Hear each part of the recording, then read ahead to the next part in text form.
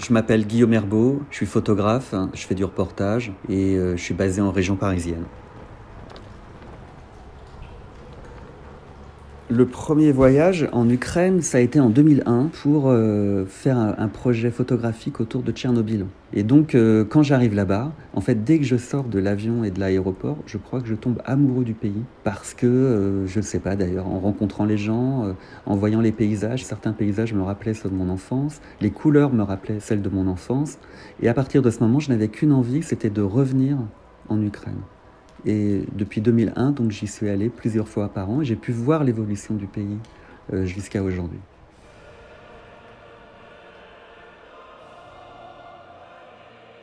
Le nom du livre, c'est Ukraine, terre désirée. C'est une partie de mon travail où on voit l'évolution du pays, l'évolution politique nationale, la création d'une nation, la volonté d'un peuple de se battre pour la démocratie au fur et à mesure du temps. Et comment, en fait, ce pays se détache au fur et à mesure de l'Empire soviétique.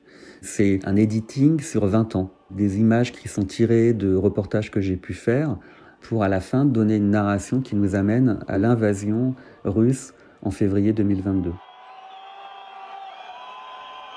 J'ai photographié beaucoup la jeunesse dans ce travail. Et j'ai photographié toujours une jeunesse qui était en lutte. Par exemple, en 2004, où il y avait la Révolution orange, une jeunesse se battait pour avoir un troisième tour des présidentielles. Puis, quelques années plus tard, en 2013, la Révolution Maïdan. Les jeunes étaient devenus des adultes, mais il y avait encore des jeunes qui étaient dans la rue, qui se battaient pour une vraie démocratie. Et puis après, évidemment, d'autres jeunes qui vont se retrouver sur la ligne de front pour empêcher une invasion de gens pro-russes ou russes. Pour moi, il y a une sorte de flambeau qui est pour moi symboliquement le flambeau de la liberté, qui se passe de génération en génération en Ukraine.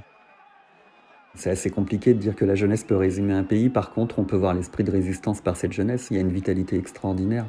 Et il y a une création en Ukraine qui est très très forte chez les artistes, chez les cinéastes, chez les documentaristes, chez les photographes.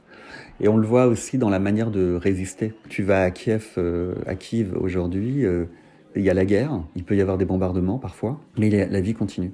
Tu as des cafés, des restaurants, des expos, des concerts. Et ça, ce sont les jeunes.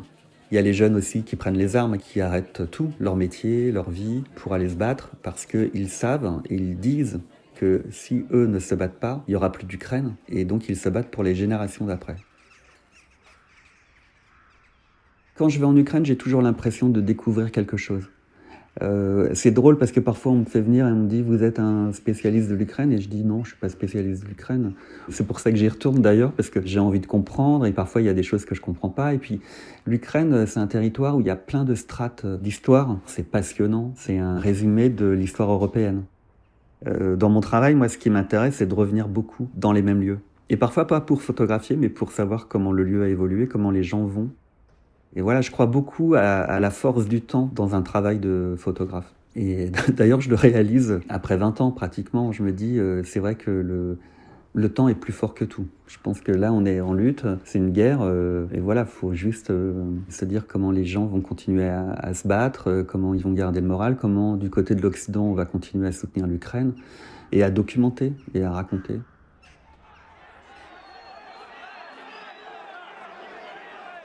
Donc c'est une photographie faite en 2004, durant la Révolution orange. Ce sont des manifestants qui sont face à la Rada, donc l'Assemblée nationale ukrainienne, et qui réclament un troisième tour des présidentielles pour contrer des élections qui avaient été complètement truquées, pour faire passer Yanukovych, qui sera d'ailleurs élu quelques années plus tard et qui va être chassé en 2014 pendant Maïdan, la révolution de l'indépendance qu'on appelle la révolution de la dignité.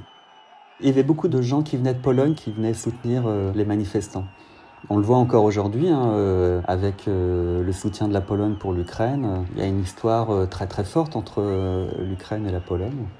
Et quand je suis là-bas pour faire cette photo, je suis en argentique, moyen format, je travaille au pied. Et quand je vois cette foule, je vois une peinture classique qui reprend les références de la croix, enfin entre guillemets, mais toute la symbolique qu'on peut avoir nous en France sur la représentation de la Révolution.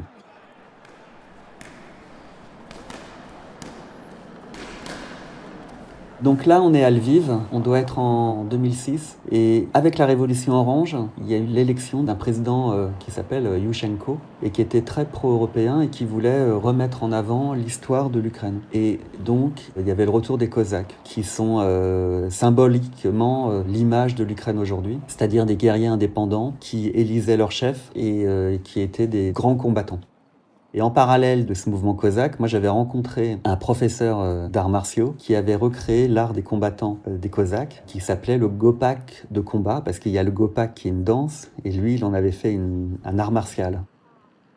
Et à l'intérieur, il y avait donc dans le Gopak de combat une branche féminine qui était dirigée par sa compagne, qui était d'ailleurs une championne de MMA, qui voulait recréer les tribus d'Amazones en Ukraine, parce qu'on dit que les Amazones, dans la mythologie, viennent d'Ukraine. Et donc elle avait réuni une centaine de jeunes filles dans des camps pour s'entraîner, pour faire cet art martial, mais aussi pour, dans l'idéal, recréer des Amazones. Cette photographie, elle a été faite en février 2014, sur la place de l'Indépendance, donc pendant la révolution Maïdan, pratiquement à la fin. Quelques jours auparavant, il y a eu un massacre sur la place, une centaine de personnes tuées par des snipers. Et moi, j'arrive, je marche dans ce qu'il restait du campement de Maïdan. Voilà, ça faisait plusieurs mois que les manifestants étaient là et qu'ils campaient. Et c'était devenu un champ de ruines. Et quand je marche, je vois cet homme. Je m'arrête parce que pour moi, je trouvais que sa tenue, son béret, son œil, pouvait nous lier totalement à l'histoire de l'Ukraine, mais aussi à l'histoire européenne. En fait, moi, j'ai pensé aux républicains espagnols. En fait, ça faisait une référence à des photographies que j'avais pu avoir en tête par le travail de Robert Capa. Je lui ai demandé si je pouvais faire une photo. Il m'a dit oui, ça a été très très rapide, puisque je marchais. Je l'ai photographié et puis je l'ai jamais revu. Je pense qu'elle pourrait résumer l'idée de résistance, ouais, de la lutte et de la résistance.